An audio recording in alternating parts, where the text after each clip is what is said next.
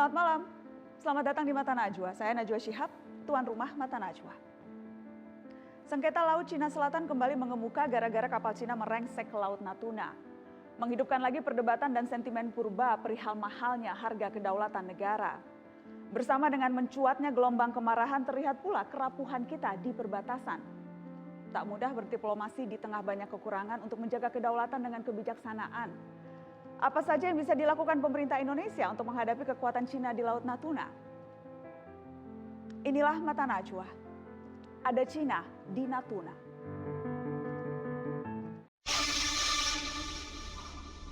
China Coast Guard, this is Indonesian Coast Guard. Please move away and go back to your territory, sir. China has an indisputable sovereignty over the island in South China Sea and the adjacent waters, and enjoys sovereign rights.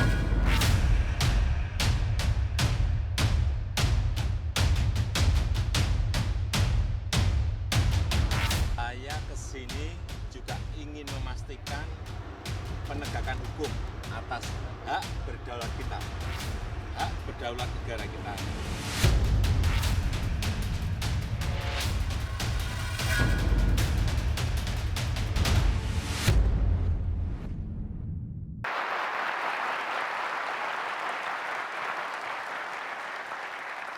Ada Cina di Natuna, itu topik Mata Najwa malam hari ini. Isu ini memang memanas selama sepekan terakhir teman-teman, terutama setelah kapal-kapal milik pemerintah Cina warawiri di Laut Natuna. Hari ini Presiden Joko Widodo datang ke Natuna dan menegaskan lagi Natuna milik Indonesia. Mengapa Natuna terus diusik? Sudah hadir di Mata Najwa, saya perkenalkan Kepala Staf Kepresidenan yang baru saja mendarat dari Natuna mendampingi Presiden Jokowi ke sana, Pak Muldoko. Selamat malam Pak Muldoko. Terima kasih sudah hadir. Ada juga Kepala Badan Keamanan Laut Republik Indonesia, Laksamana Madya Ahmad Taufikur Rahman. Selamat malam, Ahmad. Saya perkenalkan ada sahabat saya, Ketua Komisi 1 DPR RI, Mutia Hafid. Mutia, selamat malam. Hadir juga Wakil Ketua Umum Partai Gerindra, Fadli Zon. Bang Fadli, apa kabar? Saya juga mengundang untuk memberikan perspektif internasional peneliti hubungan internasional CSIS, Evan Laksmana. Selamat malam, Evan. Dan yang melihat langsung dan merasakan langsung bagaimana situasi di Natuna, ada seorang nelayan kami datangkan dari Natuna, baru saja tiba di studio Mata Najwa malam ini, ada Pak Dedi. Selamat malam, Pak Dedi. Terima kasih sudah hadir. Baik. Saya mau ke Pak Dedi cerita, tapi saya mau ke Pak Muldoko dulu yang juga tadi baru dari Natuna. Jadi tadi berkunjung dengan Presiden Jokowi, tujuannya apa Pak Mul kalau mau jujur? Unjuk kekuatan, menggertak, atau basa-basi? Presiden ingin memastikan bahwa tindakan pengamanan itu dijalankan di ZTT dengan sebaik-baiknya. Ini diperlukan karena apa? Pada si ke dalam pemerintah harus memberikan rasa aman, memberikan jaminan kepada para nelayan kita untuk bisa bekerja dengan baik di laut. Karena itu tugas negara itu ya. Yang kedua, Presiden ingin memastikan bahwa ZTE itu telah terjaga dengan baik. Sehingga kalau ada pelanggaran-pelanggaran yang sifatnya mengeksploitasi, mengusik hak berdaulat, maka kita harus melakukan tindakan-tindakan. Nah, itu. Pak Muldoko, kalau bicara skala kemarahan, seberapa marah sih pemerintah kita saat ini dengan pemerintah Cina? Begini, kita harus bisa membedakan dengan baik. Nanti saya minta bisa dijelaskan dengan baik.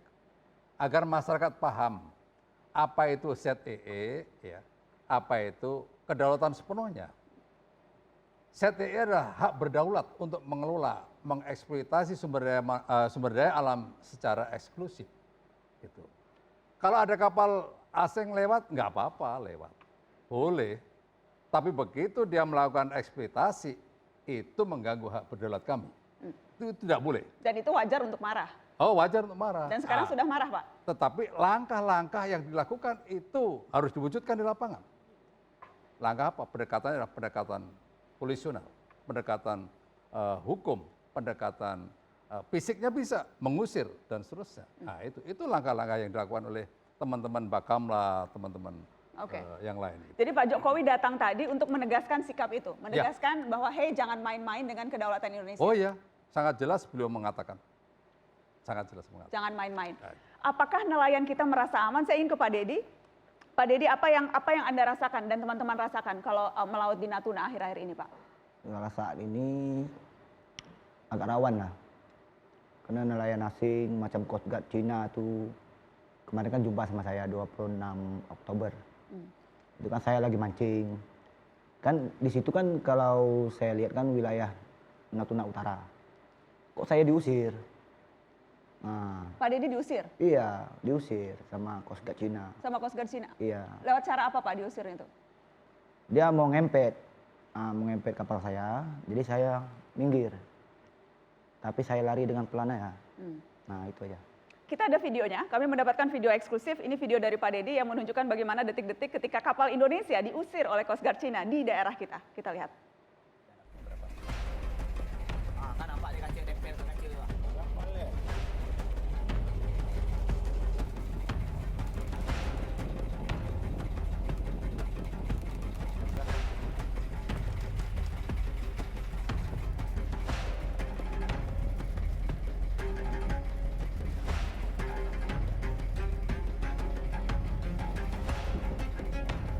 Nomor koordinat.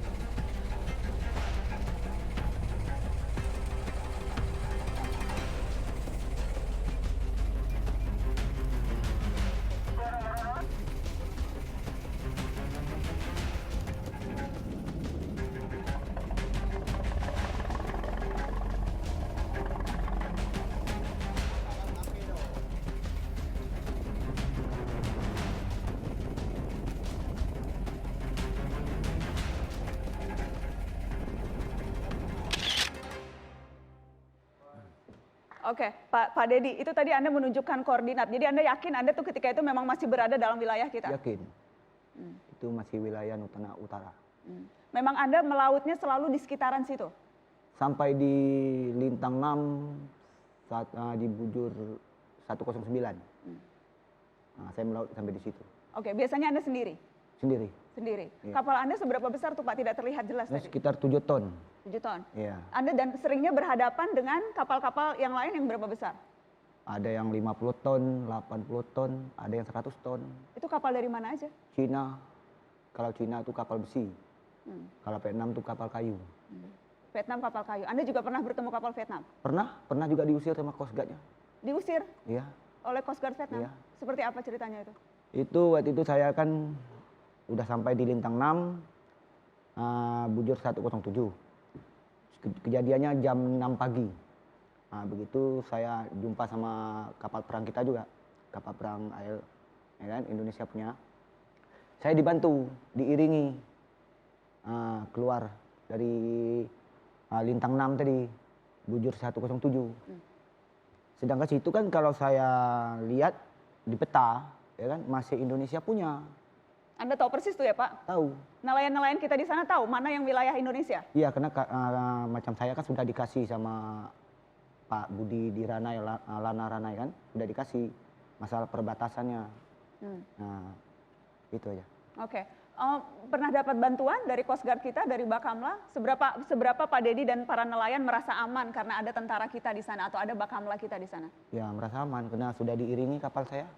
Sudah diiringi sampai ke darat lah gitu, sampai ke ibarat dia masuk di Lintang 5 108. Nah, itu aja. Pak Dedi lihat sekarang intensitasnya makin banyak kapal-kapal asing di perairan Natuna?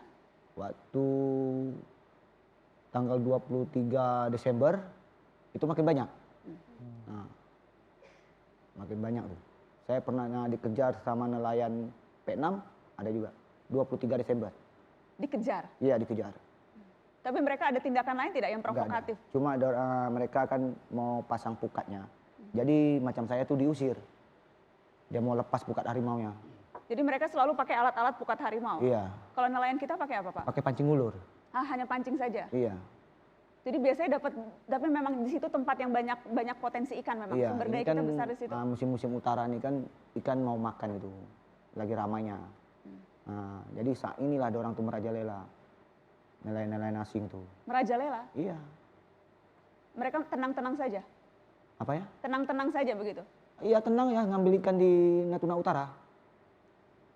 Pak Dedi pernah komunikasi tidak dengan mereka? Oh enggak. Enggak. Sudah keburu dipepet dan diusir itu ya? Iya diusir. Nelayan-nelayan kita yang teman-teman Pak Dedi yang lain apa ceritanya? Ya, Ada gitu. cerita yang sama? Gitulah ceritanya. Sudah berapa lama jadi nelayan Pak Dedi?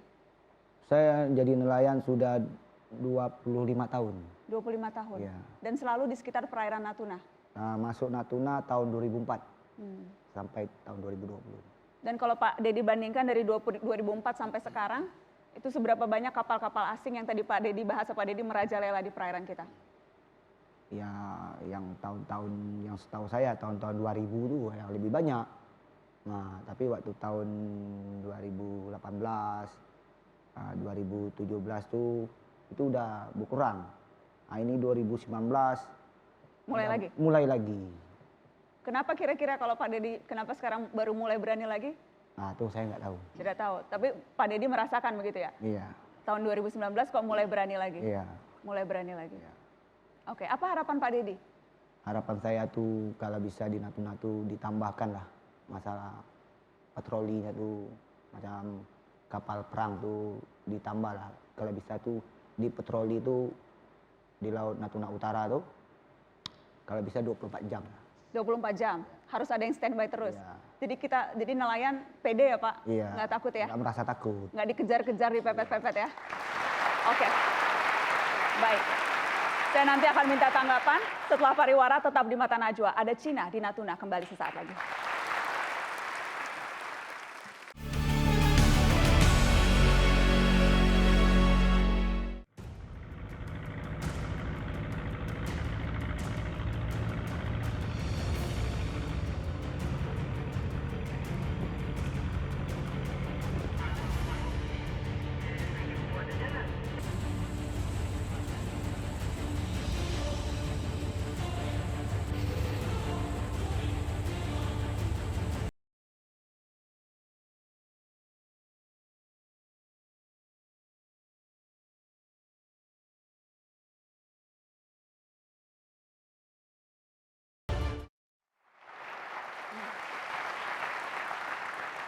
Ya, itu adalah gambar video eksklusif yang kami dapatkan dari teman-teman nelayan di Natuna yang menangkap gambaran, memberikan gambaran kepada Anda bahwa sampai Desember pun, sampai hari ini pun masih banyak kapal-kapal asing yang berada di perairan kita.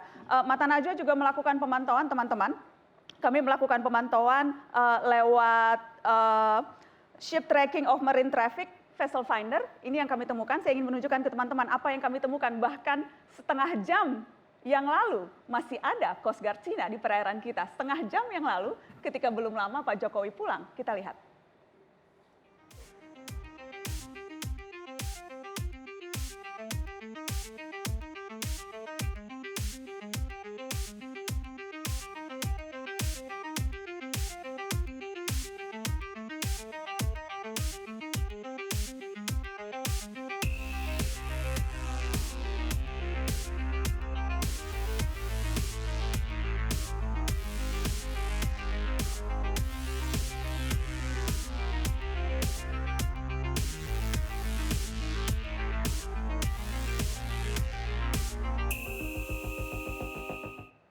Ya, kalau kita lihat pergerakannya, sekali lagi saya akan ulangi, Senin 6 Januari terdeteksi ada 3 kapal penjaga pantai Cina. Selasanya, keesokan harinya, ada 5 kapal penjaga pantai dari Cina. Hari ini, jam 3 siang tadi ada 2, yang terbaru, belum lama tadi, 1 jam yang lalu, masih terdeteksi 3 kapal penjaga pantai Cina yang kemudian bisa kita lihat selalu berada di wilayah perairan Natuna. Saya mau ke Kepala Bakamla. Ini kenyataan di lapangan? Ini memang yang Anda temui dan teman-teman? Sama dengan hasil pantauan Bakamla, juga laporan dari satuan yang di lapangan. Sama, Pak. Sama. Sama. Jadi tidak berpengaruh kepala negara kita datang berkunjung ke sana, Coast Guard Cina tetap ada di sana, Pak?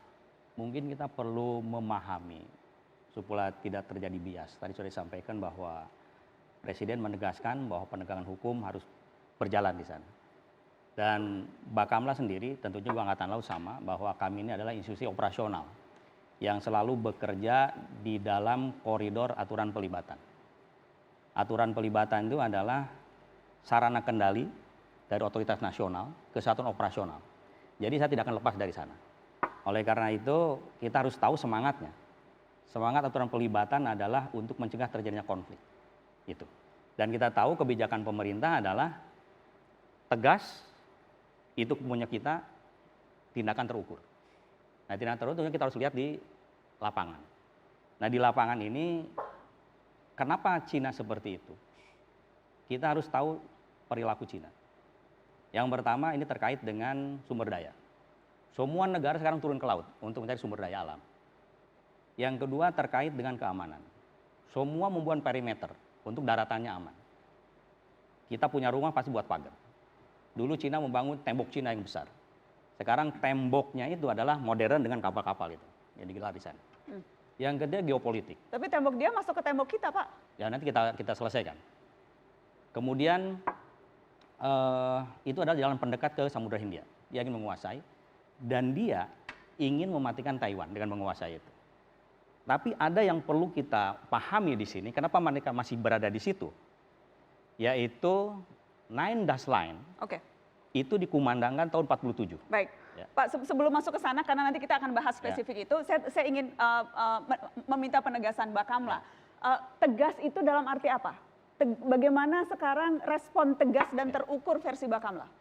Nah kan tadi harus mengerti permasalahan di situ sebetulnya. Jadi baru kita bisa lihat tegas atau tidaknya itu. Jadi yang terakhir saja bahwa Nine Dash Line itu dikumandangkan tahun 47. Itu adalah Cina di bawah Kuomintang nasionalis. 49 dia terpukul mundur ke Taiwan. Kemudian sekarang di situ adalah Partai Komunis. Bayangkan sekarang kalau dia menarik klaim itu, maka internal mereka akan ribut. Ternyata kamu lebih lemah daripada Taiwan.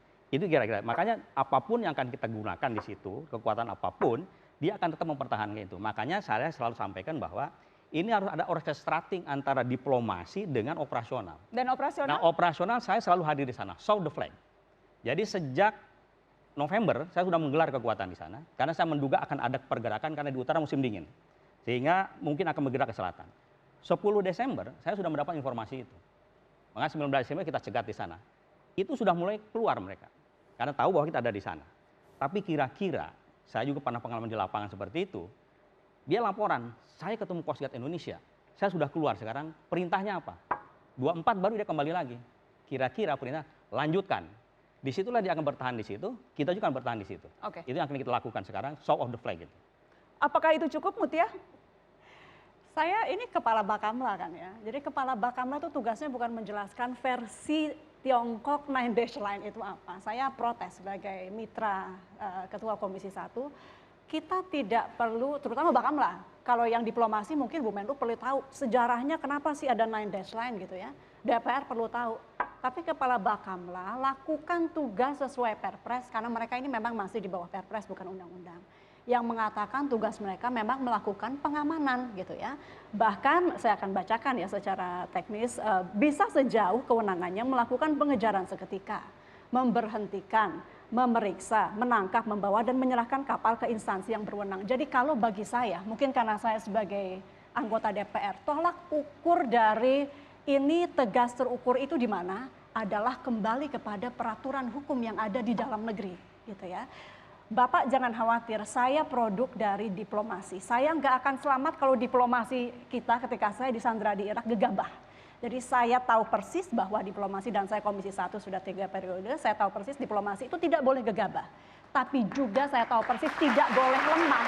Jadi jangan lagi keluar dari mulut Kak Bakamla yang menjelaskan versi Tiongkok. Jangan. Bapak jelaskan versi pengamanan di sana saja gitu dalam forum ini. Dan di Perpres itu jelas kewenangan Bakamla bisa sampai mengejar, sampai sejauh memberhentikan. mengejar.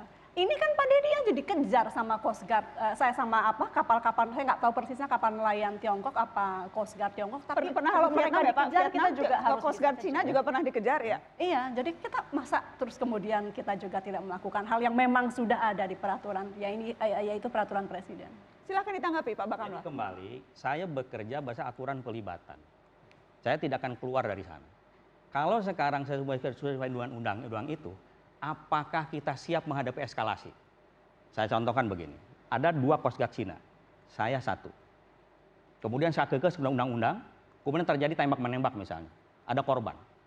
Bagi kami tidak ada masalah, tetapi Presiden sudah memerintahkan terukur. Artinya eskalasi itu dijaga. Saya bekerja dalam itu. Nah kalau sekarang misalnya katakan pemerintah tenggelamkan sekarang, saya berangkat, nggak ada masalah. Artinya di sini kita tidak sendirian. Bakamla bukan bekerja atas nama Bakamla, tetapi dalam bentuk atau rangkaian atau dalam bingkai negara ini. Itulah presiden yang memerintahkan. Jadi saya akan bergerak di sana. Oke, saya mau ke Bang Fadlizon. Bagaimana melihatnya? Sudah cukup tegaskah keberadaan pengamanan kita di lautan? Ya, mungkin perlu kita lihat situasinya secara kontekstual ya. Pertama, pasti kita semua sepakat ya bahwa wilayah kedaulatan kita termasuk wilayah kedaulatan di dalam ZEE itu yang 200 km itu harus di bawah kita ya. Bahkan di dalam undang-undang TNI itu termasuk yurisdiksi TNI. Ya. Nah, kalau kita melihat itu berarti kita harus menegakkan di situ. Tadi Pak Muldoko mengatakan polisional berarti penegakan hukum. Nah, kalau dari pihak Bakamla merasa bahwa mungkin tidak cukup resources, mestinya ada semacam tuntutan, perlu penambahan armada misalnya, perlu penambahan personil, perlu penambahan alat misalnya dengan drone dan sebagainya yang sekarang makin canggih. Tapi menurut saya tadi yang disampaikan oleh Ketua Bakamla itu sangat defensif untuk menjadi semacam pretext atau dalih bahwa kita seperti tidak sanggup menghadapi itu. Tapi apakah memang kita kalau sanggup? Misalnya tidak sanggup, Jangan-jangan memang tidak justru sanggup. Itu. Kalau tidak sanggup, katakan bahwa kita memang tidak sanggup menghadapi Coast Guard Cina itu. Dan perlu ada penambahan. Dan di situ saya kira harus ada solusi. Saya rasa tadi Pak Ahmad sudah mengatakan tidak sanggup karena memang... Ya, Enggak, belum mengatakan tidak sanggup. Bukan tidak sanggup, artinya kalau kami diperintahkan kami siap. Tetapi dalam bertindak itu ada memanage resiko.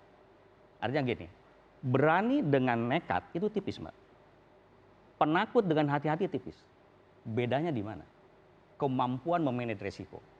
Kalau kita bisa memanage resiko dan kita maju berani.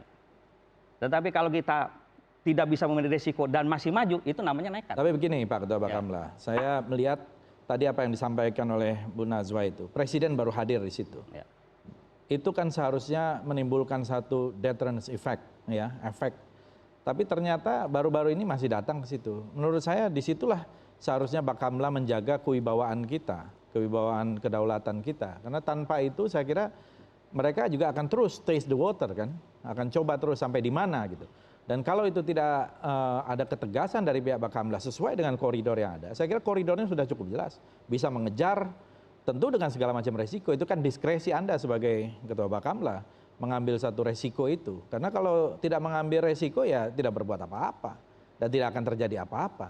Dan itulah disitulah saya kira seorang itu akan diukur kepemimpinannya. Bagaimana dia menjaga kedaulatan wilayah laut kita. Oke, saya mau ke Pak Muldoko. Pak Mul, bagaimana melihat ini? Karena ketegasan diperlukan, tetapi memanage risiko juga penting. Anda Panglima TNI dulu pernah menghadapi situasi yang sama. Ya. Jadi begini, kita membayangkan di laut itu jangan membayangkan seperti di darat. Ya. Di laut itu mengukur kecepatan kapal, terus bagaimana pergerakan mereka, ini juga harus dihitung. Nggak bisa, mereka bergeraknya ada di mana. Jarak yang sekian jauh itu memerlukan waktu yang panjang begitu. Jadi kalau malam ini mereka ada di sana, bisa aja itu jauhnya jarak antar mereka, antar Coast Guard kita dengan mereka. Jadi ini juga menjadi pertimbangan taktis di lapangan. Intinya begini, ya, intinya bahwa kita ini kan menjaga hubungan. Satu sisi menjaga hubungan, tapi pada sisi yang lain juga tidak boleh mengganggu kan begitu. Nah, untuk itu tidak boleh mengganggu, maksudnya tidak boleh mengganggu. Ya, tidak boleh mengganggu dalam arti memasuki ZEE menurut keyakinan kita bahwa kita tidak mengakui itu 9 dash line. Ya, kita sudah betul-betul tidak mengakui. Tetapi dari pihak mereka mengakui. Nah, di sini kan ada upaya untuk mengganggu, gitu. Sekarang bagaimana antara menjaga antar hubungan dengan mengganggu itu dijalankan dengan sebaik-baiknya. Tidak bisa langsung tabrak begitu, tidak bisa langsung ditenggelamkan. Kan ada proses ya penanganan yang tidak menuju kepada eskalatif yang disampaikan oleh Pak Panglima tadi. Oke. Ada cara-cara untuk itu. Gitu. Kalau bisa diselesaikan dengan cara baik, kenapa tidak? Tetapi kalau memang tidak bisa, apa boleh buat? Kan begitu. Oke, tapi ukurannya mana? Mutia, ketika tadi Anda mengatakan harus tegas, itu bukannya langsung tenggelamkan juga? Oh, enggak. Saya setuju dengan Pak Muldoko, karena memang harus ada tahapan. Dan menurut saya langkah, saya bolehlah apresiasi dulu pemerintah ya, sampai saat ini menurut saya tahapannya jelas. Tadi saya bicara untuk tahapan ke depan. Jadi pertama Menlu keluarkan surat protes, dibalas bahwa mereka tetap mengatakan itu daerah mereka. Kemudian TNI mengirimkan 8 kapal sampai sekarang. Kemudian dari Bakamla juga dibalas, belum mundurnya mereka gitu. Jadi maka kita sudah mulai harus melihat alternatif berikutnya apa. Saya mungkin agak beda sedikit dengan Najwa ya, bahwa saya melihat kedatangan presiden itu sinyal kuat. Jadi mungkin sekarang ada yang lewat, mudah-mudahan harapan saya Pak Muldoko itu kapal melewat untuk mundur. Jadi dia memang melewati daerah itu untuk Memang mundur. ada dari Panglima tadi Ada pengurangan. Ya, ada kecenderungan mereka ke arah utara. Ya, Gitu. dan saya yakin ketika presiden sudah turun itu menjadi sinyal kuat yang mudah-mudahan kode keras untuk Tiongkok. Kode keras. Kita akan lihat besok karena minimal sampai tadi masih ada. Jadi kita akan lihat perkembangannya. Nanti saya akan ke Evan. Tapi saya harus break dulu karena juga salah satu langkah yang sedang dipersiapkan pemerintah adalah akan mengirimkan nelayan-nelayan di Pantura untuk datang ke Natuna. Ini menyelesaikan masalah atau menambah masalah baru? Kita bahas setelah pariwara.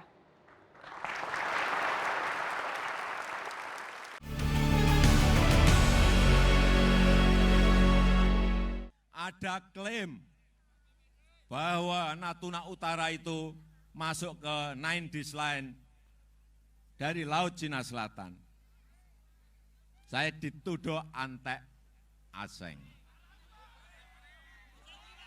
Saat itu ingat Bapak Ibu dan Saudara-saudara, saya bawa kapal perang kita dan saya datang ke Natuna. Saya sampaikan bahwa Natuna adalah teritorial Indonesia. Tidak ada rasa takut sedikitpun di hati saya untuk melakukan itu. Bahwa tidak ada yang namanya tawar-menawar mengenai kedaulatan, mengenai teritorial negara kita.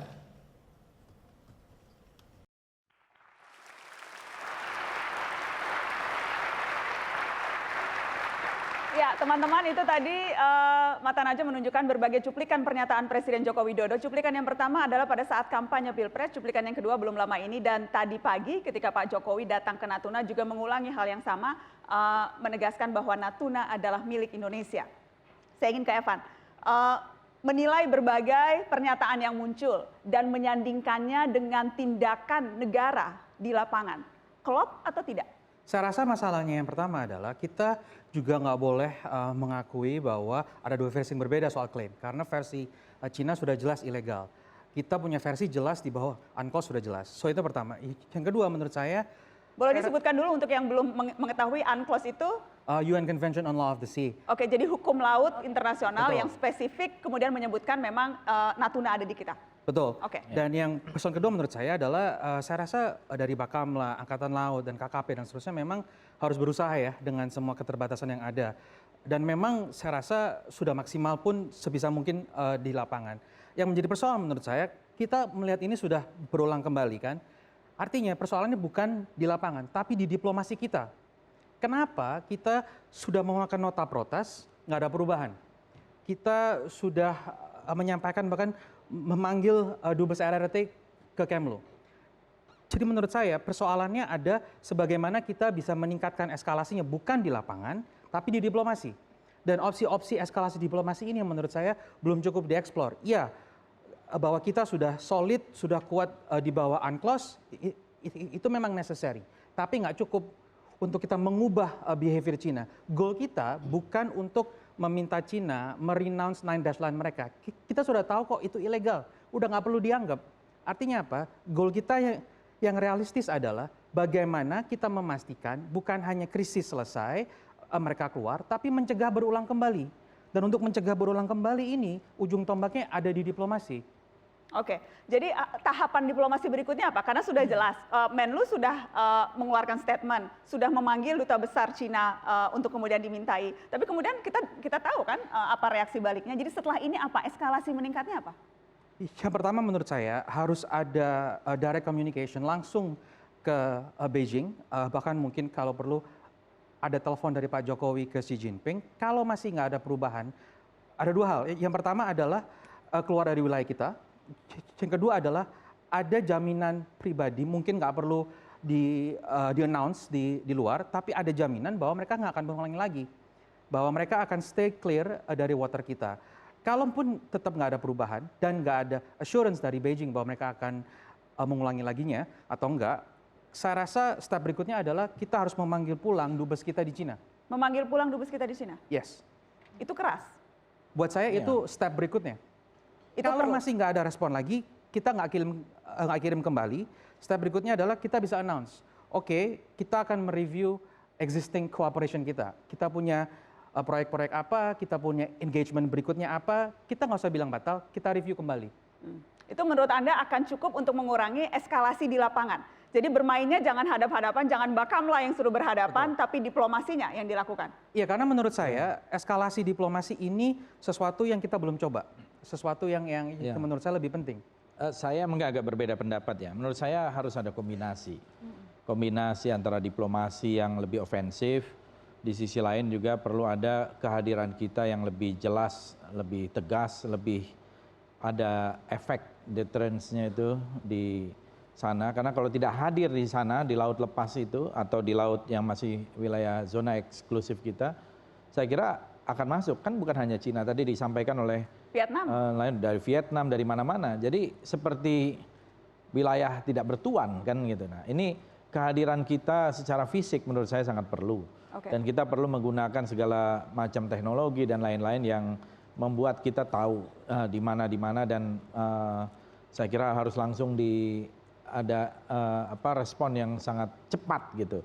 Dan diplomasi saya sependapat kalau sampai pada diplomasi yang tinggi dia tidak ada reaksi yang memadai, apalagi presiden sudah hadir di sana, saya kira kita harus mengambil langkah-langkah yang lebih drastik gitu. Termasuk tadi alternatif memanggil pulang. Menurut saya itu juga sesuatu yang perlu dipikirkan karena memang kita melihat bahwa Cina ini adalah satu kekuatan yang besar, kita perlu engagement. Mungkin kalau konfrontasi saya kira kita harus hitung ya. Tetapi engagement kita ini harus engagement yang lebih proaktif dan lebih ofensif gitu.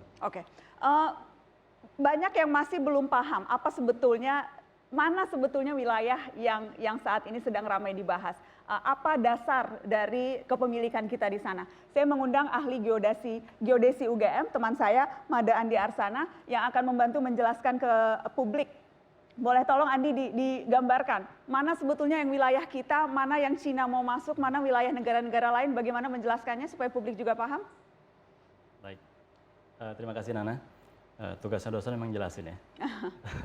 Pertama, mungkin teman-teman juga sudah masih ingat gitu, kalau di SMA atau SMP kita tahu bahwa kita akan lihat di belakang layar ya. Negara itu berhak atas laut teritorial dan segala macam. Nah, mungkin ini bisa saya jelaskan dalam bentuk skematik ya.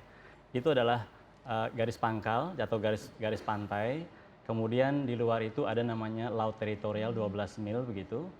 Dan ini adalah kedaulatan. Di luar itu ada namanya zona tambahan, lalu setelah itu yang namanya ZEE, zona ekonomi eksklusif, dan di luar itu juga kita masih punya hak untuk landas kontinen. Nah itu adalah hak berdaulat, jadi nanti akan saya jelaskan itu juga. Di luar itu baru bukan milik kita, itu baru milik semua orang. Dan akhirnya di atas itu namanya laut bebas. Nah di sini juga teman-teman atau kita semua harus paham bahwa mana yang namanya kedaulatan, mana yang namanya hak berdaulat. Jadi kedaulatan itu adalah darat plus 12 milnya. Di luar itu namanya hak berdaulat. Nah di hak berdaulat ini kita hanya punya hak untuk memanfaatkan kekayaan alamnya saja. Nah kalau kita lihat berarti hukum ini yang tadi disebutkan Evan namanya UNCLOS atau United Nations Convention on the Law of the Sea. Berita baiknya adalah kita sudah meratifikasi, Cina pun sudah meratifikasi, jadi sudah mengakui. Nah kalau kita lihat berarti ini kan negara ini bisa menguasai laut yang sangat luas. Tapi kan kalau misalnya kita terapkan ini di Laut Cina Selatan, kita lihat sekarang apa yang terjadi. Kita punya batas yang pasti itu dengan Malaysia dan Vietnam, itu pasti. Kita sudah tetapkan batasnya tahun 69 itu dengan Malaysia, lalu tahun 2003 dengan Vietnam. Itu adalah batas dasar laut. Jadi kalau kita lihat di kotak itu, yang biru itu adalah dasar lautnya Indonesia itu sudah pasti, tidak ada masalah lagi. Nah tapi begitu kita bicara soal ZEE sekarang, maka itu adalah dari 200 mil dari Vietnam, itu 200 mil dari Malaysia, Brunei, dan Filipina. Nah, kita lihat sekarang 200 mil hak kita itu seperti itu dari Vietnam. Jadi ada pertemuan ya? Ada pertemuan di situ, ada tumbang tindih. Nah, ini semua negara pakai hukum saja sudah kelihatan ruwet. Apalagi ada negara yang nggak pakai hukum. Cina maksudnya? Mari kita lihat dulu. Nah, ini haknya, ini hak berdasarkan hukum. Tapi kita tahu ini tumbang tindih. Sekarang mari kita lihat klaimnya dari sini. Nah, menurut Indonesia, Indonesia itu maunya di situ klaimnya. Oke, masih di dalam haknya sendiri. Nah, mari kita lihat sekarang Cina. Cina menggunakan klaim yang tadi disebut 9 dash line itu seperti itu. Jadi cukup jauh kalau saya coba sambungkan ini sebenarnya garis ini tidak bersambung ya. Tapi saya akan sambungkan untuk analisis. Jadi kalau disambungkan seperti itu, dan artinya hampir seluruh kawasan Laut Cina Selatan itu jauh sekali dari perbatasan Cina. Betul sekali. Makanya tadi disampaikan bahwa ini tidak menggunakan UNCLOS sebagai dasar. Dan kita tidak mengakuinya dan ini ilegal dalam perspektif UNCLOS. Tidak saja itu, Nana. Filipina misalnya itu kan juga kena imbasnya. Filipina sudah mengajukan ini untuk ke pengadilan internasional atau PCA di tahun 2013 dan tahun 2016 court sudah memutuskan itu ilegal, jadi hilang seperti itu. Menurut pengadilan ini. Dan keputusan yang lain adalah pulau-pulau kecil di situ hanya diberi 12 mil saja. Menariknya dengan situasi itu Cina tetap bertahan menganggap bahwa 9 dash line itu ada seperti itu. Jadi dengan putusan ya itu berkekuatan hukum tetap dan final ya kalau putusan yang dikeluarkan itu. Keputusannya memenangkan Vietnam itu pun Cina tidak mempedulikan. Memenangkan Filipina dan menganggap 9 dash line ini ilegal. Itu pun dengan itu kemudian Cina tetap merasa tidak mengikuti itu dan dia tetap merasa itu ada. Sehingga kemudian kalau kita lihat ada tumpang tindih itu antara klaimnya Cina dan klaim Indonesia. Tapi tadi sudah ditegaskan Evan, itu adalah klaim yang ilegal dan kita tidak mengakuinya. Tapi kemudian kalau kita lihat apa yang terjadi kemarin, kapalnya, nelayannya Cina datang ke situ dan Coast Guard-nya ada di situ. Jadi ini untuk menampilkan satu gambaran spasial apa yang terjadi sebenarnya dan bagaimana posisi hukumnya. Terima kasih Andi, kita kasih tepuk tangan untuk Andi. Kita jadi ada bayangan. Baik, kami akan kembali. Setelah ini saya akan mencoba menghubungi Menko Polhukam Pak Mahfud MD yang saat ini berada di kediamannya. Kita akan langsung bertanya ke Pak Mahfud MD setelah pariwara tetap di Mata Najwa.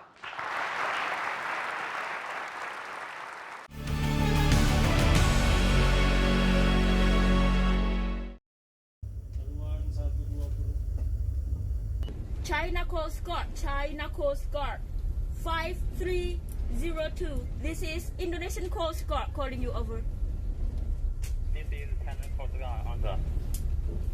Yes, sir. As information, sir, you are in Indonesian waters. No, I protect my fishing ship. Yes, sir. You are in Indonesian waters, sir. Please move away and go back to your territory, sir. China has an indisputable sovereignty over the island in South China Sea and the adjacent waters, and enjoys sovereign rights.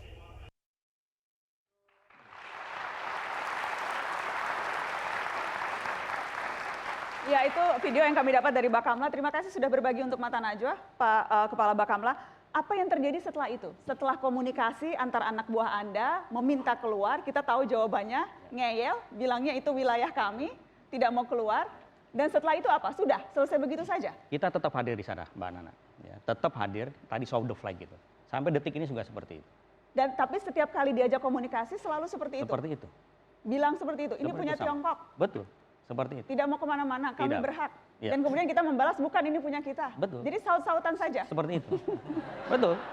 Itulah kebiasaan di laut, Mbak ya. Artinya berdasarkan hukum kita sudah bilang kan, berdasarkan UNCLOS kamu berada di sini. Dia bilang ini punya kita. Berdasarkan 9 dash line tadi? Itu. Tetap seperti itu. Bapak kejar nggak sih, sorry saya sekaligus. Karena kami di Komisi Ini soalnya mantan presenter teman saya ini. Betul. Silakan Mutia. Kan sebagai kalau di DPR ketemu karena masih reses jadi belum sempat panggil Bakamla.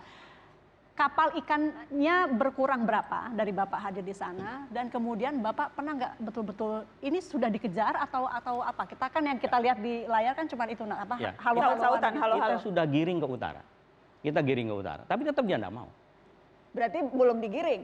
Bukan, kita sudah giring, kita pepet, tapi nggak mau. Dan ini juga tidak boleh bermanuver membahayakan. nanti kita akan Kapalnya jauh lebih besar dari kapal Bakamla ya Pak? relatif sama kalau dengan ini. Saya 110, dia 145. Peralatan senjatanya? Kita pakai keris.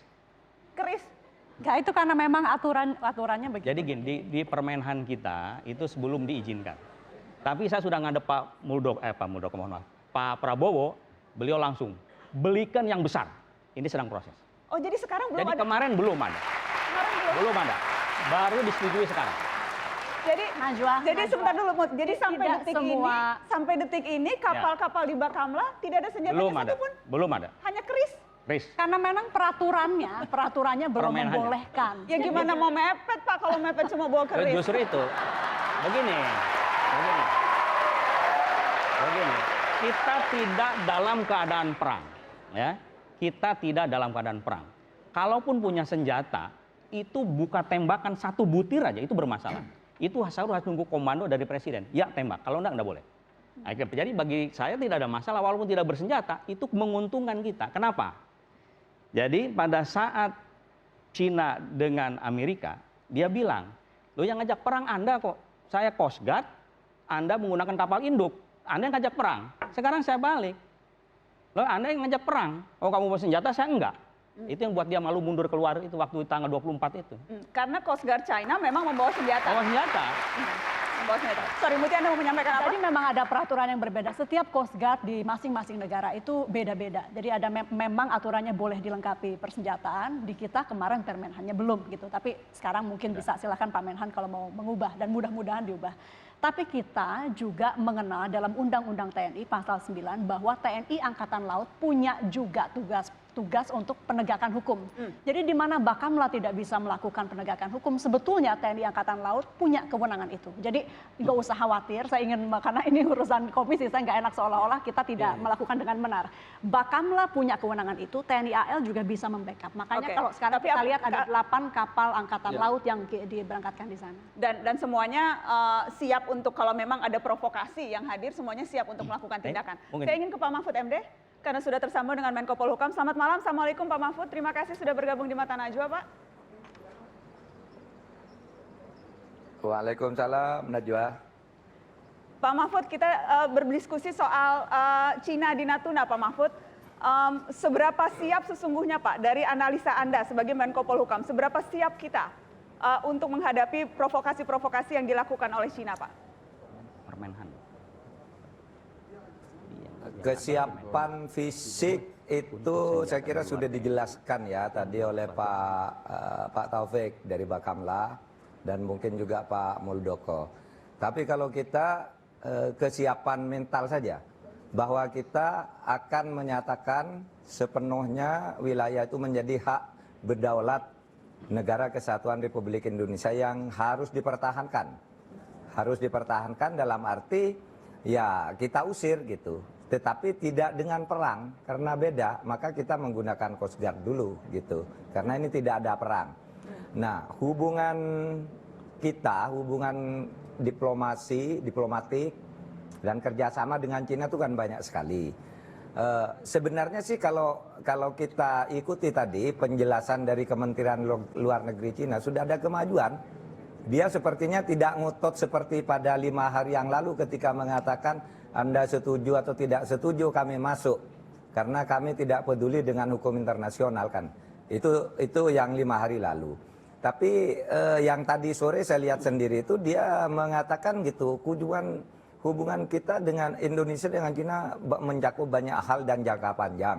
Oleh sebab itu urusan Natuna itu nanti bisa dibicarakan. Kan begitu tadi. Dan di apakah, jumpa pers mereka. Iya, saya juga membaca press release-nya, Pak, dan disebutkan kemudian mengulang bahwa akan memperingati 70 tahun hubungan diplomatik antara Indonesia dan China. Tetapi ketika ada kata-kata akan dibicarakan, apakah itu artinya Indonesia memang mau membicarakan hal ini? Bukankah sudah jelas sikap kita clear? Kalau kita bicara seolah-olah ada kemungkinan kita mengakui klaim mereka, Pak Mahfud.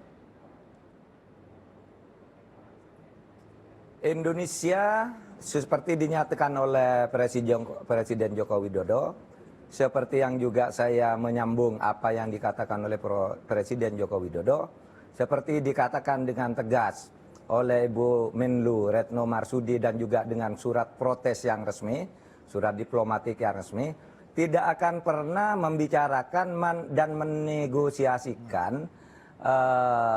Natuna Utara itu, perairan Natuna Utara, di mana kita punya hak eksklusif, mempunyai hak berdaulat di situ. Bahwa akan bicara, ya bicara bukan untuk tawar-menawar itu, karena kerjasama dengan Cina itu kan banyak kita. Ya bisa kerjasama kebudayaan, kerjasama pendidikan, dan macam-macam bisa dilakukan, investasi dan macam-macam tetap dilakukan. Itulah yang dibicarakan. Artinya Cina pun sekarang tidak seperti beberapa waktu yang lalu yang kita dengar ketika kami tidak tunduk pada hukum internasional. Karena kita berpendapat itu bukan urusan bilateral antara Indonesia dan Cina yang bisa dirundingkan soal Natuna Utara itu. Itu kalau kita dipaksa-paksa bawa ke multilateral, biar yang menjadi musuh adalah dunia internasional, bukan Indonesia. Oleh sebab itu Indonesia tidak menurunkan kapal perang, turunkan aja Coast Guard yang mungkin membawa keris, membawa panah, kata Pak Taufik tadi. Ya gitu-gitu aja gitu, tetapi kita akan tetap mengusirnya. Dan ada dua yang diperintahkan oleh Presiden, ya. Yang diperintahkan oleh Presiden itu dua sebenarnya dilakukan. Intinya ada satu payung prinsip, negara harus hadir di Natuna Utara. Itu satu. Bagaimana bentuk kehadirannya? Volume patroli diperbanyak. Artinya lebih semakin banyak, semakin rutin, dan itu yang sekarang dikerjakan. Yang kedua, tampakkan kegiatan-kegiatan nelayan di sana. Sekarang ini kita mengumumkan hari Sabtu itu bahwa kita akan mengundang nelayan-nelayan yang mau ke sana. Itu hanya di hari libur saja berita itu beredar. Hari Senin, hari pertama, saya sudah didatangi oleh lebih dari 100 nelayan-nelayan dari Pantura, dari daerah Tegal. Mereka siap berangkat. Dan terakhir hari ini saya mendengar inventarisasi yang dilakukan di kantor saya itu sudah ada 470 kapal siap berangkat ke sana, para nelayan, asal negara melindungi dan memberi kemudahan-kemudahan perizinan gitu. Oke. Nah itu yang kita lakukan, Najwa. Sekarang kita tidak berperang tapi juga tidak mau negosiasi. Oke, Pak Mahfud, dan kebetulan sekali saya juga mengundang salah seorang nelayan yang katanya siap berangkat ke Natuna, Pak. Sudah hadir di meja Mata Najwa. Tapi ada juga kekhawatiran. Ini ada kesan seolah-olah pemerintah menumbalkan nelayan-nelayan ini. Betul tidak kesan itu, Pak? Setelah pariwara ya Pak Mahfud dijawab. Saya hold dulu sedikit. Kami kembali sesaat lagi tetap di Mata Najwa. Okay.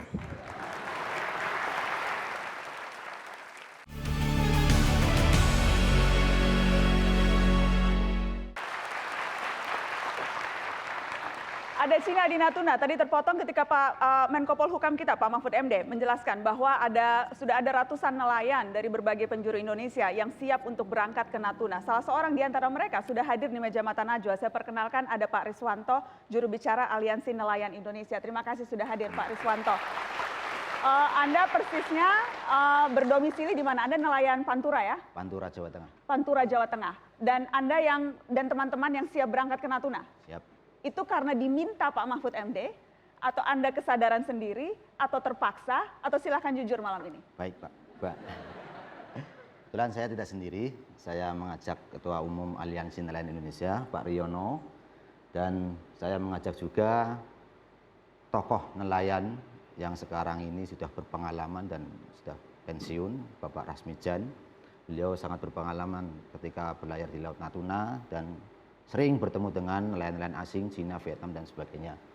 Nah, hambatan yang menjadi permasalahan ini adalah ketika nelayan asing gencar melakukan illegal fishing di Laut Natuna, kita sendiri disibukkan dengan regulasi-regulasi yang menyulitkan atau menghambat.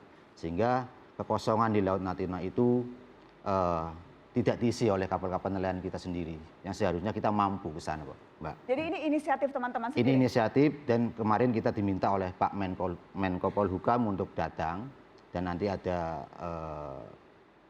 pembentukan tim untuk koordinasi lebih lanjut, termasuk kita nanti akan ada istilahnya terkait dengan regulasi perizinan untuk berangkat ke Natuna itu seperti apa mekanismenya. Anda menyiapkan berapa nelayan? Siap, kami membawa Pak Riono selaku Aliansi Nelayan Indonesia yang akan memobilisasi teman-teman nelayan Pantura Jawa Tengah. Monggo Pak Riono barangkali bisa menyampaikan beberapa hal. Ada berapa banyak Pak nelayan Pantura yang disiapkan untuk berangkat ke Natuna? Iya, kita sekarang sedang mempersiapkan kurang lebih 500 kapal. 500 kapal? Ya, yang siap untuk berangkat ke Natuna. Itu kalau satu kapal GT kita ada 60 minimal, 80 sampai 100 GT, dan satu kapal itu ada 25 orang, kali 500 ada sekitar 12.500 nelayan yang nanti akan kita koordinir untuk bisa mengisi kekosongan yang ada di Natuna. Dan ini memang inisiatif murni teman-teman semuanya. Karena kita melihat satu bentuk terima kasih kita kepada pemerintah bahwa nelayan selama ini sudah mengambil ikan untuk kesejahteraan keluarga. Yang kedua ini adalah nelayan melihat laut adalah rumah bagi kami semuanya. Kami tidak mengizinkan orang luar untuk masuk, apalagi mengusik kedaulatan laut kita. Sehingga kalau mereka masuk, maka kita akan usir mereka. Oke, tapi sudah ada bayangan. Ini kan karena tadi teman-teman, tadi Pak Dedi misalnya nelayan di Natuna itu dipepet, dikejar-kejar. Apakah teman-teman nelayan Pantura ini sudah ada bayangan situasinya akan seperti apa di sana? Otomatis kita sudah sering ke sana, namun dengan kendala perizinan dan sebagainya, dengan ada pembatasan ukuran groston kapal oleh kebijakan-kebijakan sebelumnya juga kita itu sangat menghambat. Makanya yang dibutuhkan apa jadi? Untuk ke sana butuh berapa lama? Bias berlayarnya itu berapa lama? Untuk berlayar itu 2 bulan atau 3 bulan. 2 bulan baru sampai sana. Itu BBM-nya berapa banyak? Nah, itu yang menjadi persoalan, Mbak. Untuk BBM kita ke sana itu membutuhkan 20 sampai 30 ton dengan harga industri. Makanya teman-teman yang sekarang berhenti ke Laut Natuna, kendalanya adalah harga BBM yang tidak terjangkau. Makanya kami minta apabila nanti ada kita yang mengarahkan ke sana, barangkali ada kebijaksanaan terkait dengan harga BBM, bisa harga khusus untuk harga nelayan yang akan ke sana. Karena itu akan mengurangi nilai kos untuk biaya operasi di sana yang sangat jauh. Oke, saya ingin ke Pak Menko Polhukam, Pak Mahfud MD. Pak Mahfud siap berangkat asal BBM-nya ditanggung, Pak. Saya to the point saja, Pak, bilangnya. Tadi tidak minta ditanggung, tadi yang saya dengar tuh minta subsidi. Oh, artinya saya melebihi, ya kan namanya nawar, harga. Pak. Nawarnya harus high call dulu, Pak. Tapi itu sedang dipersiapkan pemerintah, itu, Pak Menko? Masa yang nawar, Mbak Najwa? Kemarin sudah dibicarakan. Pokoknya Presiden minta agar kegiatan nelayan tampak di sana, karena kalau di sana dibiarkan kosong dan orang luar dibiarkan masuk, nanti bisa ada klaim de facto bahwa secara de facto kami di sini tidak bisa diusir, akan begitu pada suatu saat. Oleh sebab itu pemerintah berketetapan nelayan harus dikerahkan ke sana dan dibantu sedapat mungkin. Bantuannya itu tadi kita sedang membicarakan soal BBM yang lebih murah. Yang kedua akan dikawal oleh kapal-kapal yang bisa melindungi mereka sehingga tidak terjadi misalnya penganiayaan atau pengerusakan di tengah laut. Nah, itu nanti kan tugasnya Pak Taufik dan kawan-kawan, bisa juga Polair, karena di sana banyak sih sebenarnya yang apa namanya institusi-institusi yang masuk dan terlibat di sana. Jadi selain dikawal, dibantu misalnya bensin, mungkin sedang dicarikan harga-harga khusus. Kemudian di sana sedang juga kita berusaha mencari penampungan ikan, dan sudah banyak ini beberapa pengusaha sudah siap investasi di sana agar tidak setiap melaut lalu pulang ke Jawa Tengah kemana, tapi di sana sudah ada yang menampung nantinya. Nah, itulah yang sedang kami persiapkan sekarang, dan itu tetap harus dilakukan karena sebenarnya perintah Presiden untuk itu sudah keluar pada tahun 2016. Satu, diadakan perkuatan terhadap patroli di situ, volumenya diperbanyak. Yang kedua, supaya ada kegiatan-kegiatan nelayan dan ekonomi di Natuna yang sekarang sedang kita bicarakan ini. Oke, Pak Mahfud, bergeser ke arah soal nelayan, saya ingin minta pendapat Anda soal tumpang tindihnya yang terjadi di lapangan, Pak. Kewenangan tugas antara TNI, kemudian terutama TNI Angkatan Laut dan Bakamla. Apakah ada rencana pemerintah untuk menyelesaikan hal ini, Pak? Ya, tumpang tindihnya ada 7 institusi di situ sekarang ini yang mempunyai kewenangan berdasar undang-undang yang berbeda. Ada Polair, Polisi Air, ada Angkatan Laut, ada Bakamla, ada KKP, ada Kementerian Perhubungan, dan ada 7 pokoknya. Nah, itu soal lain dari masuknya kapal-kapal ikan Cina ini, itu soal lain. Dan itu memang sudah menjadi perintah Presiden dalam sidang kabinet tanggal 3 Januari, pada tanggal 3 Desember, itu beliau mengatakan supaya masalah kelautan itu diatur kembali. Diatur kembali dalam satu pintu penanganan.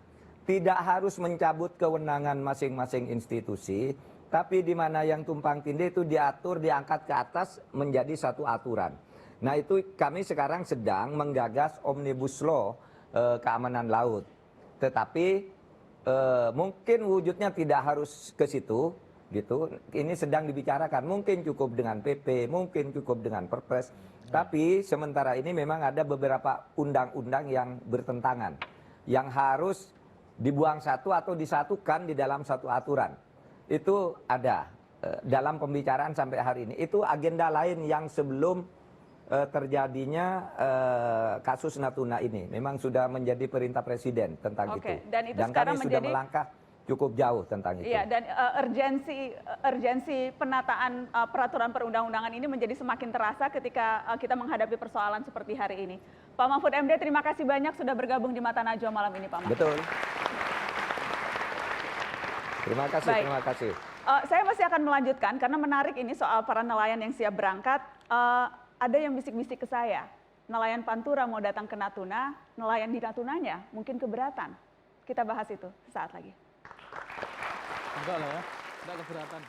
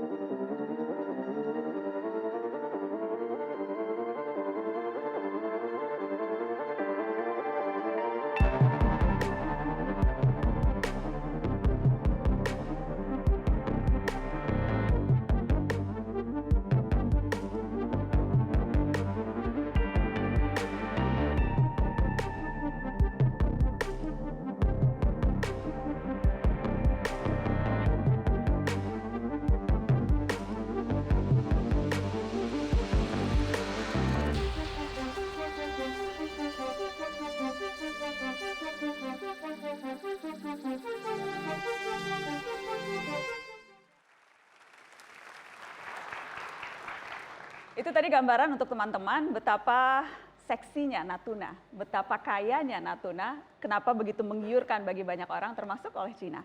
Saya ingin ke salah seorang nelayan yang ada di Natuna, Ketua Nelayan Natuna Pak Henry. Pak Henry, saya tadi membuka bisikan Anda ke saya. Ketika Anda khawatir justru malah ada yang harus ditangani, tantangan baru. Kalau teman-teman nelayan dari Pantura datang ke Natuna, apa kekhawatiran Anda, Pak? Baik Mbak Najwa, isu atau wacana kedatangan nelayan dari Pantura ke Natuna ini sudah dimulai 2 tahun yang lalu, yang digaungkan oleh Bapak Presiden sendiri gitu. Ada wacana dulu mau didatangkan 2.000 nelayan ke Natuna gitu.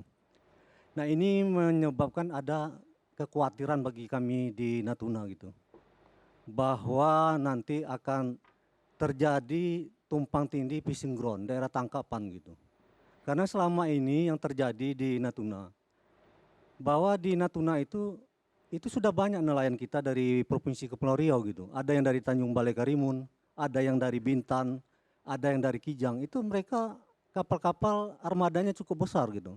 Itu di atas 20 gross ton, ada yang di atas 30 gross ton gitu. Ini saja sudah menjadi permasalahan bagi nelayan di Natuna itu sendiri gitu.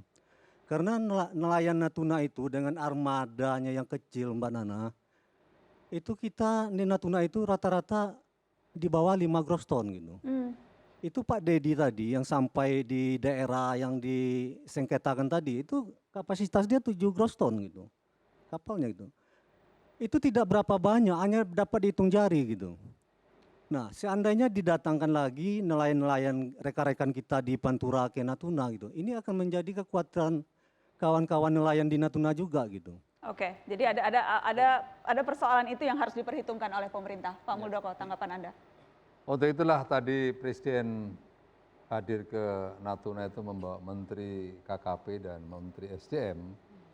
Dua-duanya itu punya kepentingan yang bisa melihat Natuna secara utuh dari sisi mengeksploitasi ekonominya ya.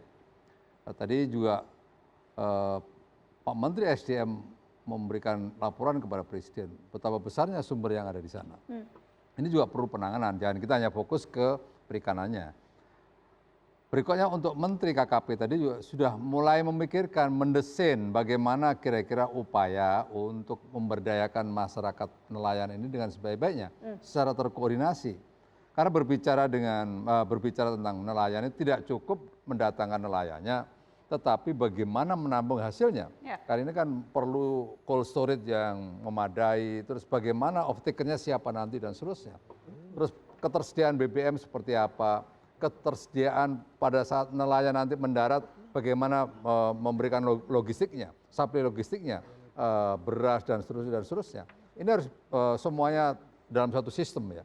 Untuk itulah tadi Menteri KKP sudah mulai memikirkan bagaimana konsep ke depan agar kekosongan ini bisa terisi dengan baik, tetapi tidak menimbulkan persoalan baru secara internal di kalangan kita sendiri. Iya, jangan sampai kemudian ada kecemburuan sosial yang muncul. Jadi persoalannya sekarang bukan hanya dengan kapal asing, tapi juga kapal sesama Indonesia. Hal-hal ini yang harus diperhitungkan. Ada tanggapan Bang Fadlizon? Ya, menurut saya ini kita harus secara serius dan tajam gitu melihat persoalan Laut Cina Selatan ini. Ini kan memang konflik ini pasti akan terjadi di Laut Cina Selatan karena klaim China ini bukan klaim baru.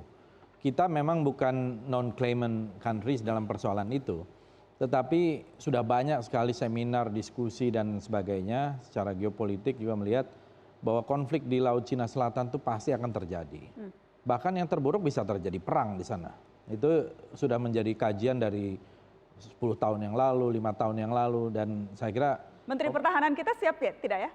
Saya kira karena statementnya Pak Prabowo kok santai sekali ya? Bukan, Pak Prabowo itu being realistic. Gitu. Kita dengarkan dulu deh statementnya Pak Prabowo. Kita putarkan karena mumpung ada Wakil Ketua Umum Partai Gerindra di sini. Kita dengarkan statement Pak Prabowo. Yang rasa-rasanya berbeda ketika kita ada, kita dengarkan dulu Bang Fadli biar lebih seru. Kita putar dulu. Sudah siap diputar? Kita putar ya teman-teman. Kita putar yuk. Pak, diplomasi kalau hanya senyum-senyum menjadi nice guy, ya begitu-begitu saja Pak. Kalau ada armada asing masuk ke laut kita, apa yang kita bisa buat? Jadi bukan saya tidak percaya, saya ini TNI Pak, saya pertaruhkan nyawa di TNI. Saya lebih TNI dari banyak TNI. Ya saya kira kita harus selesaikan dengan baik. Bagaimanapun Cina adalah negara sahabat, kita cool saja, ya kita santai. Jadi begini. Bang Fadli. Jawaban saya gampang sekali. Jadi selama ini kemana aja gitu ya. Setelah Pak Prabowo lihat kenyataannya memang lihat kekuatan kita sangat lemah sekali di sana. Jadi kita wasting berapa tahun gitu ya untuk memperkuat armada kita di perbatasan.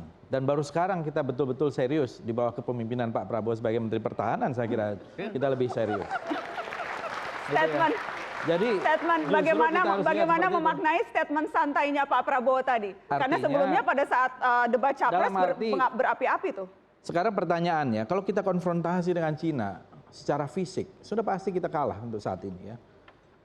Tadi Pak Bakamla sudah mengerahkan berapa? 30%. Dengan persenjataannya keris, coba bayangkan. Belum dipakai bambu runcing gitu ya.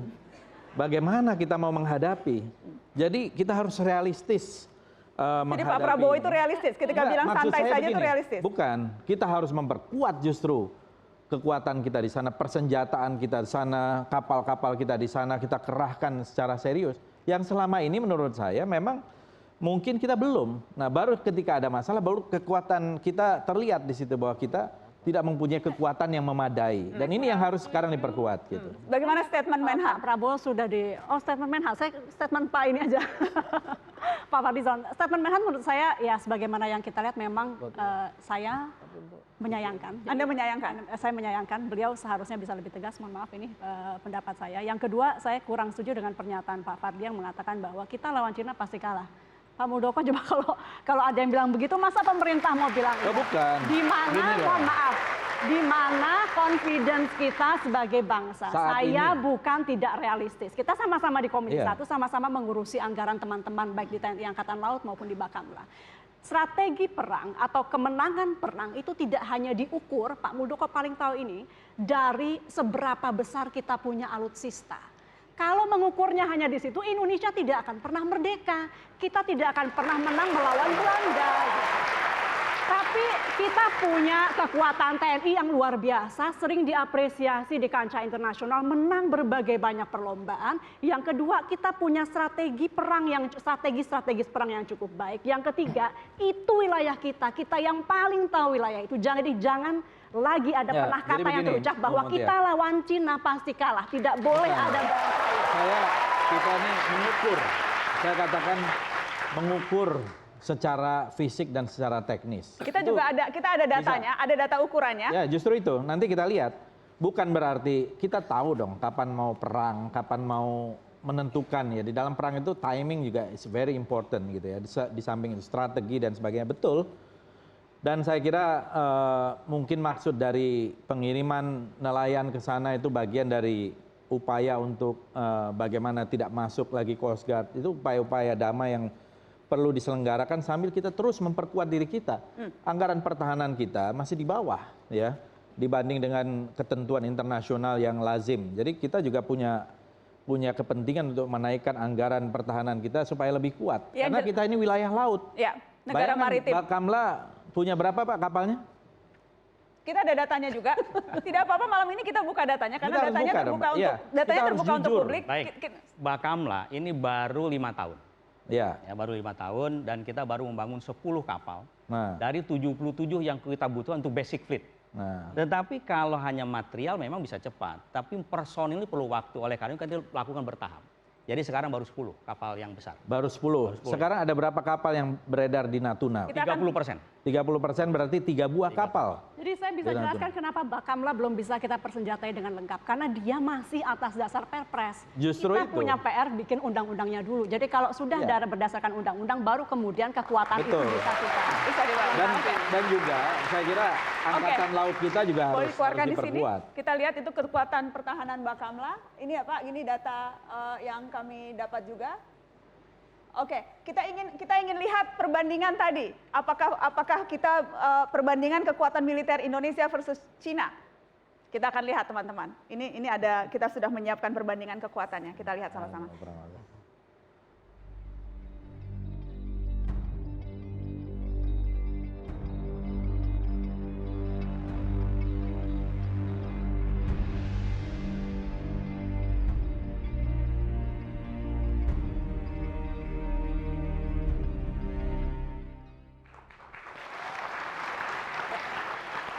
Saya kira itu tidak perlu ditepuk tangani ya. Figur itu sudah menjelaskan posisi kita. Kita perlu meningkatkan kekuatan pertahanan kita. Itu setuju. Ya. Perlu meningkatkan. Yang jadi masalah sekarang adalah bukan bahwa kita nggak percaya ada strategi militer, tapi saat itu adalah proses yang long term, dalam jangka pendek saat ada krisis kita bisa apa. Dan dalam hal ini buat saya persoalan dengan statement Menhan tadi adalah bukan masalah lembek atau nggak lembek, tapi bahwa kita dalam situasi krisis harusnya satu pintu komunikasi. Nggak perlu semua orang bicara. Dan di tahun 2016... Tapi Menteri Pertahanan berhak bicara dong. Nah, dalam hal ini, kalau ada krisis seperti ini harusnya hanya satu. Dan itu kita sudah pernah coba di tahun 2016, sebelum PCA ruling tadi yang dibahas Mas Andi tadi dikeluarkan, kita sudah sepakat, kita sudah rapat bahwa Menhan nggak bicara, Pak Luhut nggak bicara, Menko Polhukam nggak bicara, yang bicara hanya satu, Bu Menlu. Dan ini sistem SOP untuk crisis communication kita yang nggak ada. Oke. Kalau ini saya pendapat ya. Setelah pariwara kita bisa lanjutkan.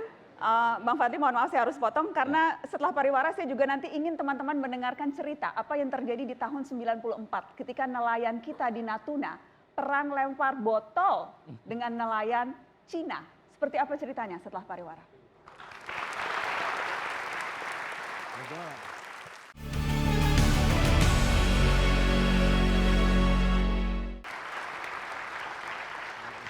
Sesuai janji, saya ingin minta Pak Rasmijan, seorang nelayan senior di Pantura. Anda bercerita ke saya tadi Pak, tahun 94 Anda dan teman-teman pernah kontak fisik dengan nelayan dari Cina. Seperti apa cerita singkatnya Pak? Betul. Perlu dimengerti, kami tahun 94 saya beroperasi di Natuna sana. Terjadi bentrok fisik karena terlalu banyaknya kapal Taiwan yang dia pakai alat tangkapnya troll. Pada waktu itu saya itu alat tangkapnya porsen. Porsen itu kan pakai rumpon, lego jangkar kalau siang. Lah dia troll kan narik terus, rumpon dan jangkar tarik gitu, sampai dibawa ke barat terus. Setelah jam 2 siang dia mau angkat trollnya, tempel kapal buat bentrok fisik mulai jam 2 siang sampai jam 1 malam. Bentrok fisiknya seperti apa Pak? Bentrok fisik kalau udah mepet karena kita tidak bawa alat apa-apa, hanya ada botol sprit, pantah gitu ya, dipecah dulu lempar, kehabisan botol 30 krep itu langsung bongkar es pukulnya sama palu kayu itu ya, langsung buat lempar. Dan dibalas oleh kapal Taiwan dengan? Kapal Taiwan nakodanya bawa senjata, bawa pistol itu. Ditembaki? Bukan ditembak, tapi untuk menakut-nakuti.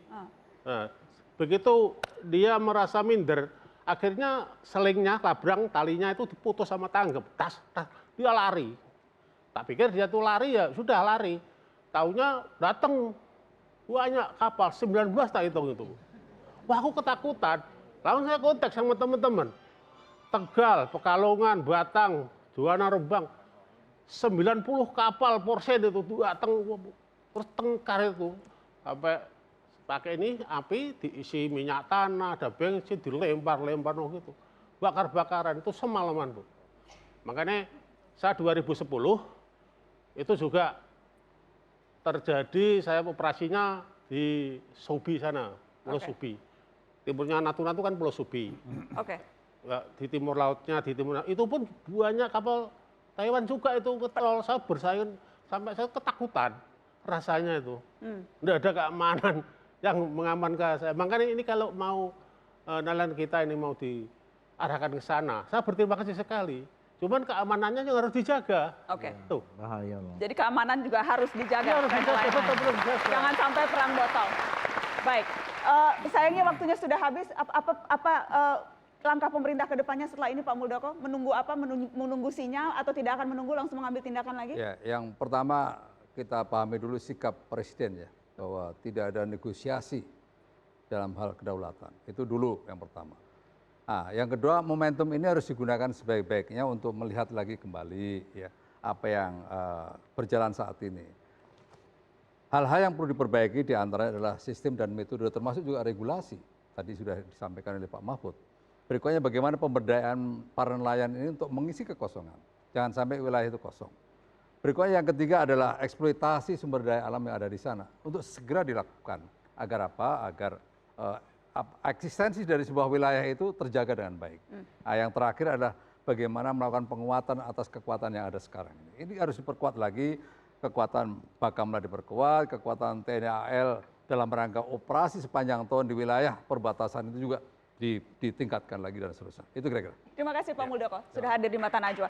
Ada sedikit singkat Anda mau nyampaikan pesan-pesan tertentu Mutia? Nelayan kita, saya jadi khawatir karena memang teman-teman sampai 500-an di sana. Jadi kita titipkan betul-betul bahwa nelayan kita harus dijaga karena sama pentingnya dengan menjaga kedaulatan wilayah kita atau hak berdaulat atas wilayah kita, yang juga tidak kalah penting adalah menjaga warga negara kita dari intimidasi ataupun serangan-serangan. Ya, oke. Baik. Ya, saya sedikit aja masalah wilayah kedaulatan kita termasuk sovereign rights kita di EZE ini benar-benar saya kira tes ya yang sangat penting. Karena kalau ini dilewati, saya kira akan terus berulang mungkin di wilayah-wilayah lain. Jadi saya kira apa yang disampaikan oleh Presiden itu betul-betul deliver di lapangan. Jangan sampai hanya di ucapan, seperti itu, tapi di lapangannya tidak seperti itu, seperti kejadian-kejadian yang lalu. Tes bagi Pak Jokowi dan menteri-menterinya termasuk Menteri Pertahanan? Semuanya. Semuanya. Baik. Selamat bertugas Pak Kepala Bakamla, selamat bertugas. Mudah-mudahan tidak hanya sekedar saut-sautan, kalau kerisnya sudah diganti bisa lebih menunjukkan taring. Terima kasih. Baik, terima kasih Evan sudah hadir. Bapak nelayan terima kasih sudah hadir. Terima kasih paling besar kepada Anda yang sudah menyaksikan Mata Najwa. Selamat malam, sampai jumpa. Thank you Pak Mus.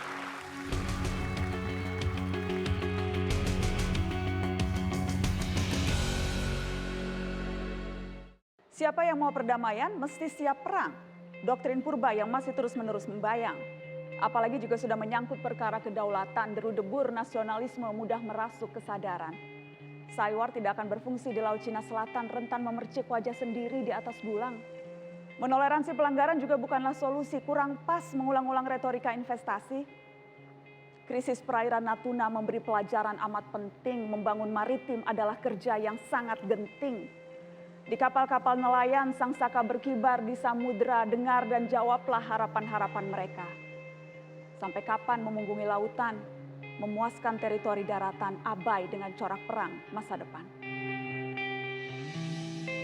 Dengarlah nyanyi sunyiku, bait risauku, rindu terpendamku, menyala dalam hayatku, duka padamu, duka padaku, saling lebu menghalau awan mendung. Kemanusiaan itu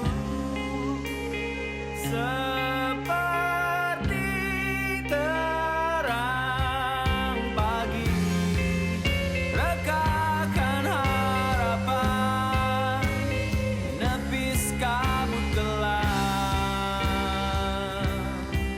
niatkan kunjung terkepal, bekik menebal, terjang